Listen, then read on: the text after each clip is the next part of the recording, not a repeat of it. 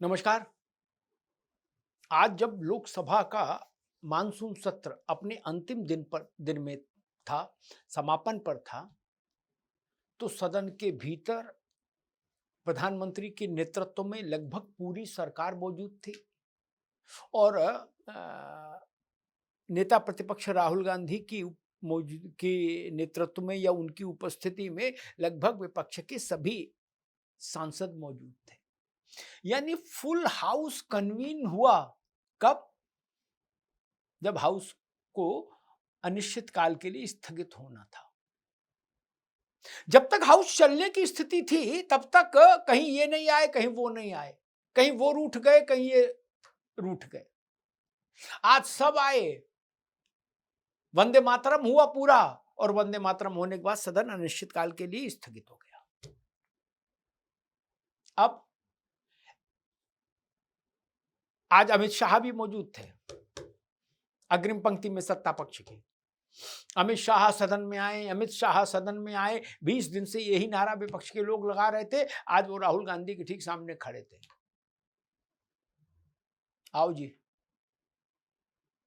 अमित शाह भी आ गए सदन में, प्रधानमंत्री भी आ गए सदन में, राजनाथ सिंह भी थे, गडकरी भी थे, सब थे, और उधर से भी सब थे।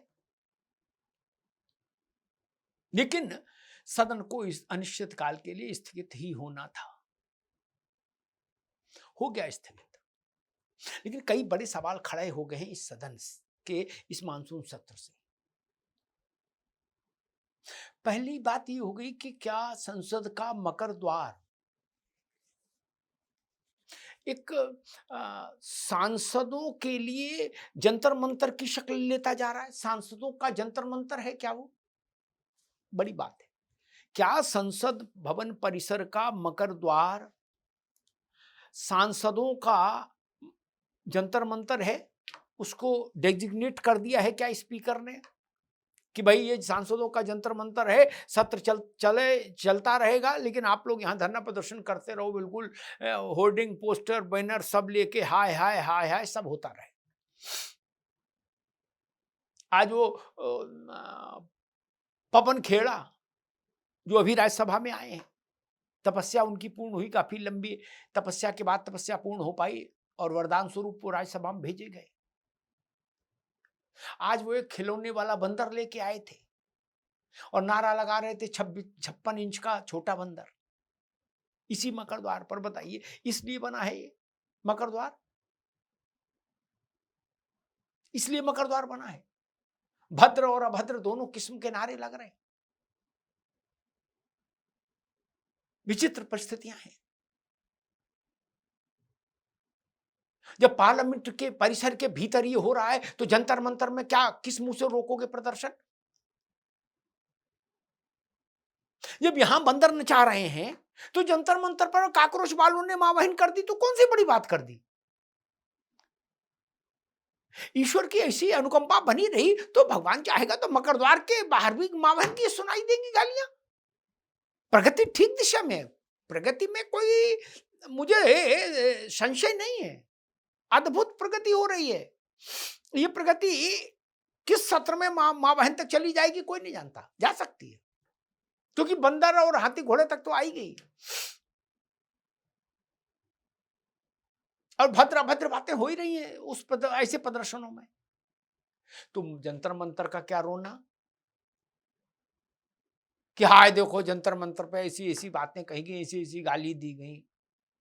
जो जनप्रतिनिधि हैं उनका ही आचरण देख लीजिए कैसा है।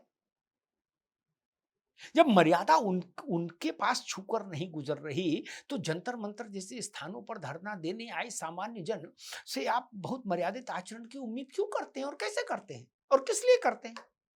संभव नहीं। वो वहां तो कुछ भी हो सकता है और कुछ भी होता है सामान्य प्रदर्शनों में, जनता के प्रदर्शनों में। ये अतीत भी बताता है। एक और चीज, ये रील की दुनिया ने सांसदों को भी इस कदर प्रभावित किया है, इस कदर प्रभावित किया है। और कुछ कॉकरोच वालों ने उन सांसदों में, जो सांसद रील से थोड़ा सा असंपृक्त थे, उनको भी ढकेल दिया है रील के महासमुद्र में, क्योंकि सबको, सबके नेताओं ने कह दिया कि भैया बिना रील के मोक्ष नहीं मिलेगा राजनीति में। राजनीति का भवसागर पार करना है, अगली बार टिकट फिर पानी है और जीत के आना है, तो कुछ करो ना करो लेकिन दिन में 100-150 रील खड़खड़ाओ। तो अब पार्लियामेंट में रील ही रील बन रही है, पार्लियामेंट के बाहर। तू मेरी रील बना, मैं तेरी रील बनाऊं, और रील का एक जंज्वार सुनामी दिख रही है। प्रधानमंत्री जी ने भी अपने एनडीए के सारे लोगों से कह दिया है कि सुबह की दिया बत्ती करो चाहे ना करो, हैं, अगरबत्ती जलाओ चाहे नहीं जलाओ भगवान के सामने, लेकिन इंस्टा को मत भूलना। इंस्टा पर अहरनिश 24 घंटे उपस्थिति रखो, बिल्कुल धुआंधार। हर थोड़ी थोड़ी देर पर इंस्टा पर प्रकट होइए, अलग अलग वेशभूषा में, अलग अलग भाव भंगिमा में, अलग अलग विषयों पर, ताकि इंस्टा जागृत रहे। पहले लोग मंत्र जागृत करते थे, साधना करते थे, चक्र जागृत करते थे, आज्ञा चक्र से लेके ब्रह्म चक्र तक, और अब इंस्टा जागृत करते हैं, स्नैपचैट जागृत करते हैं। सांसदों की बात कह रहा हूं, सामान्य बच्चे क्या कर रहे हैं उनको तो छोड़ ही दीजिए, वो तो जो मन में आया सो कर ही रहे हैं।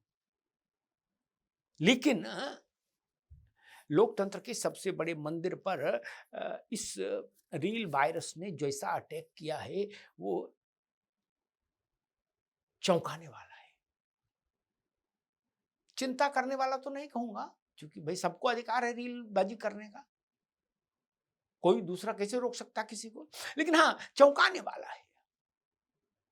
और इस मानसून सत्र की एक और महत्वपूर्ण वो चीज रही कि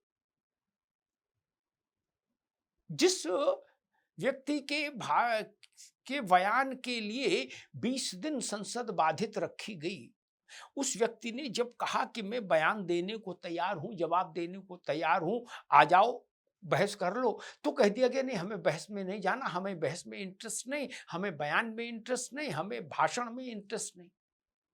ऐसा भी मेरे ख्याल से मैंने कभी नहीं देखा था 4 दशकों में। ये भी पहली बार हुआ है कि विपक्ष ने कहा कि हमें अमित शाह के बयान में इंटरेस्ट नहीं, हमें अमित शाह के भाषण में इंटरेस्ट नहीं। फिर अमित शाह क्या करेंगे? सदन के अंदर कथा करें क्या आके? नहीं ना।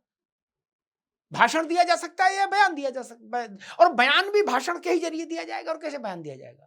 तो भाषण में इंटरेस्ट नहीं, तब तो फिर आपका लोकसभा राज्यसभा कहीं इंटरेस्ट ही नहीं, इसका मतलब।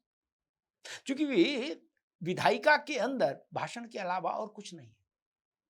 लेकिन विपक्ष ने इस बार अजीबोगरीब तर्क दिया, कहा हमें अमित शाह के भाषण में रुचि नहीं है, वी आर नॉट इंटरेस्टेड। अच्छा जी, फिर क्या कर किया जाए ये नहीं बताया कि अमित शाह अगर भाषण नहीं दें तो जैसे वो होता है ना कि आपने देखा होगा दूरदर्शन पर एक समाचार आता है दिव्यांग लोगों के लिए, जो दृष्टि बाधित हैं, जो सुनने से जिनकी समस्या है, उनके लिए ऐसा वाला एक समाचार आता, ऐसे करके समझाते। क्या वैसा करते अमित शाह लोकसभा में? क्योंकि भाषण आप सुनना नहीं चाहते, फिर कैसे अपनी बात रखते? ये कुछ नमूने हैं जो मानसून सत्र ने हमको, सबको, आपको, देश को दिखाए हैं और समझाए हैं।